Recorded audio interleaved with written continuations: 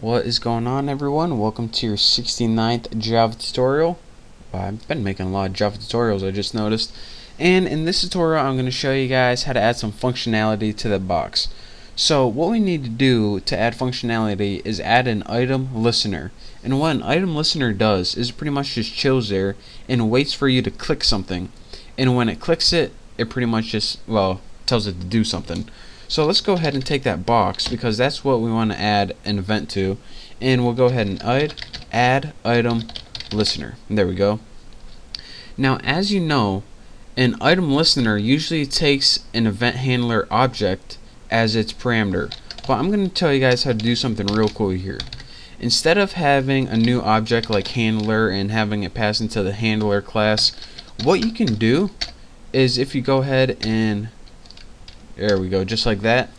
Instead of having an object and creating a whole nother outside class somewhere else, you can actually put something called an anonymous inner class in here. And what this does is it actually implements the item listener class. So here's how you do that. Go ahead and type new item listener, just like that. And this is your declaration for an anonymous class that implements item listener. So instead of having, like before, handler class implements item listener outside and we have to make a whole new class, what we can do is just go ahead and stick a class into here and pass it in for the parameter as add item listener, and we bypass that entire step of having to create a whole new separate class. So again, since we named an anonymous class that implements item listener, we need to use that method, and that's called item state changed, as you can see right there. So what this class has to have in there is only one method, and that's, let's go ahead and create it right now. Item listener has, let's go ahead and make it public void item state change. I gotta make sure I spell that right. And did I? Oh, yep. Nice. Now what we have to do is, of course, it types in item event, just like that. And as our body for this, we just go ahead and write whatever we want to happen when we select one of the options. And here's how you can do that. Go ahead and make an if statement, and this if statement determines what option you selected. So if the event get state change, this pretty much, if you clicked a button, we want to set it equal to, or excuse me, we want to test if it's equal to item event dot selected. So what this pretty much means, alright, did you select a button? Is it equal to what was, this pretty much means what was selected, just in a nutshell. So what was selected, first of all, whatever you select, we want to take that picture, and remember this is just the picture that appears on our screen. We want to set icon, which pretty much means change the image, to, and the parameter says what icon do you want to change it to. Well, we have an array called pics, and but we have, the thing is, we have two elements or two images in this one. So what one do we select? Well, go ahead and type box dot get selected index with empty parameters, just like that. Make sure I typed everything right. Parentheses, bam, bam. Now make sure the method get state change is undefined type, and oh, here we go, hold on a second. Alright guys, in all of my excitedness I did another stupid error. I actually put get state change instead of change. Quite embarrassing. Make sure you type that right. But now pretty much that's all we needed to do. So what this does is it makes an anonymous inner class, and this is the class itself.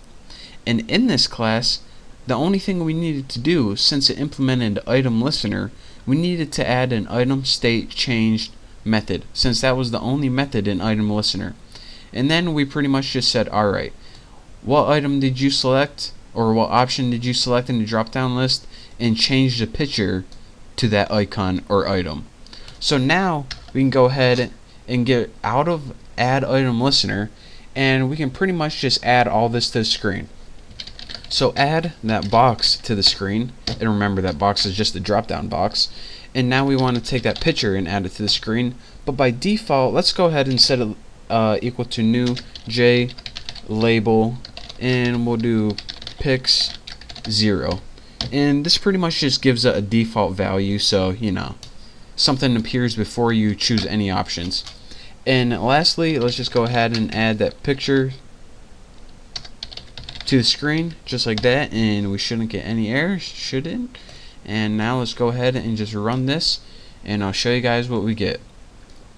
By default, again, like I said, we have B on the screen, which is at the index of 0. Then when we select X, our picture changes to X. We can go ahead and select B, X. We can do this all day if we want, really, but no time for that. We need to overview our program. So what we did is pretty much, let me get to the good stuff. We made a box variable, a picture variable, just to hold box and picture later on. We made an array of file names, and we made an array of images named pics. And then we went and go ahead in our constructor, which is pretty much making the window. We added a title, added a layout. We set that box equal to new J comma box, and it took the file names is the options. So again, if I go ahead and run this, these options right here are the default for file name, so that's why that was able to run. And the only confusing part, which we did new, is this: instead of having a new object in a new class, we just went ahead and stuck that handler class inside the add item listener, and that was actually an anonymous inner class. And what we needed to do is we needed to overwrite this method item state changed, because that was the only method in item listener, and we overrode it with a nice little function right here. And then we went ahead and added the box to the screen, then we went ahead and added the picture to the screen, and just gave it a default setting, and we were good to go. So again, here is our awesome little program right here, flawless, no bugs, no anything. So that's all you get for this tutorial. Thank you guys for watching. In the next tutorial, we're going to be going over something else cool you can do with GUIs. And well, that's it. So again, thank you guys for watching. Don't forget to subscribe, and